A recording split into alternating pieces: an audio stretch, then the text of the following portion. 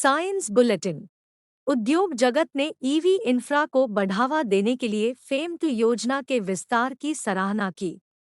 उद्योग जगत के खिलाड़ियों ने सोमवार को faster adoption and manufacturing of electric vehicles fame India phase 2 की योजना के परिव्यय को बढ़ाने के सरकार के कदम की सराहना करते हुए कहा कि इससे बुनियादी ढांचे में वृद्धि होगी, इलेक्ट्रिक वाहनों को देश भर में व्यापक रूप से अपनाने और लंबे समय तक चलने को बढ़ावा मिलेगा। भारी उद्योग मंत्रालय ने घोषणा की कि देश में स्वच्छ गतिशीलता को और बढ़ावा देने के लिए फेम इंडिया योजना चरण 2 के तहत फेम इंडिया चरण 2 की योजना का परिव्यय 10,000 करोड़ रुपए से बढ़ाकर 11,500 करोड़ रुपए कर दिया गया है। मंत्रालय ने यह भी कहा कि यह एक फंड और टर्म लिमिटेड योजना है, जिसका अर्थ है कि मांग प्रोत्साहन के लिए सब्सिडी 31 मार्च 2024 तक बेचे जाने वाले इदोफिया, ईटिफिया और ई4 पहिया वाहनों के लिए मान्य होगी।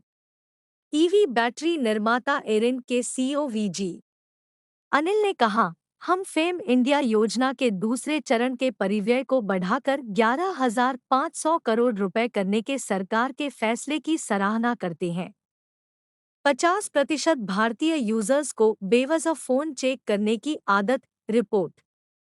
एक नई रिपोर्ट में खुलासा हुआ है कि 2 में से 50% भारतीय यूजर्स बिना किसी वजह के अपना स्मार्टफोन चलाने लगते हैं। Global management consulting firm Boston consulting group (BCG) के अनुसार एक सामान्य स्मार्टफोन यूजर दिन में 70 से 80 बार फोन उठाता है। Centre for customer insights India की लीड कनिका सांघी ने कहा, हमारे रिसर्च में हमने देखा है कि लगभग 50% यूजर्स को यह पता ही नहीं होता है कि वे फोन क्यों उठा रहे हैं। इसके पीछे के वजह उनकी बार बार फोन के इस्तेमाल करने की आदत है। रिपोर्ट 1,000 से ज्यादा यूजर्स के क्लिक स्वैप डेटा और पूरे भारत में किए गए कंज्यूमर इंटरव्यू पर आधारित है। इसके अलावा रिपोर्ट में पाया गया कि 45 से 50% समय कंज्यूमर्स को टास्क पूरा करने के बारे में स्पष्ट जानकारी होती है और 5 से 10% मामलों में कंज्यूमर्स को आंशिक स्पष्टता है। सैमसंग के चेयरमैन ने निवेश शुरू करने पर दिया जोर।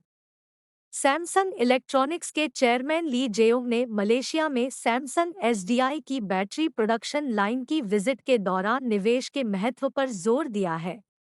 दक्षिण कोरिया के सबसे बड़े समूह का नियंत्रण अपने हाथ में लेने के लिए कथित तौर पर सैमसंग की 2 सहयोगी कंपनियों के 2015 में हुए विवादास्पद विलय पर एक अदालत के फैसले में उन्हें सभी आरोपों से बरी कर दिए जाने के बाद ली जेयोंग की यह पहली विदेश यात्रा है।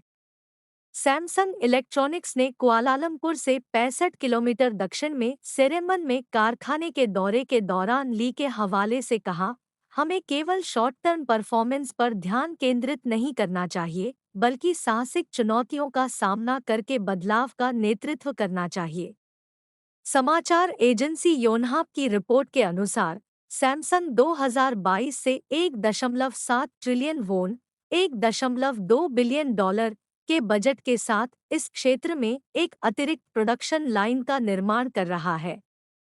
धूम्रपान न करने वालों के समान जीवन जीते हैं, 40 की उम्र से पहले धूम्रपान छोड़ने वाले लोग। शोध। एक शोध में इस बात का खुलासा हुआ है कि 40 साल की उम्र से पहले धूम्रपान छोड़ने वाले लोग धूम्रपान न करने वालों के ही समान ही जीवन जीते हैं।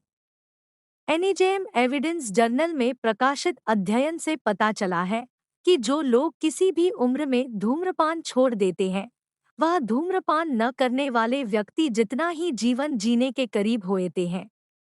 इसका लाभ उस व्यक्ति को केवल 3 वर्षों के भीतर मिल जाता है। टोरंटो विश्वविद्यालय के दल्ला लाना स्कूल ऑफ पब्लिक हेल्थ के प्रोफेसर प्रभात झा ने कहा, धूम्रपान छोड़ना मौत के जोखिम को कम करने में प्रभावी है और लोग इसका लाभ बहुत जल्दी पा सकते हैं। इस अध्ययन में 4 देशों अमेरिका, ब्रिटेन, कनाडा और नॉर्वे के 1.5 मिलियन वयस्कों को शामिल किया गया, जिन पर 15 वर्षों तक नजर रखी गई।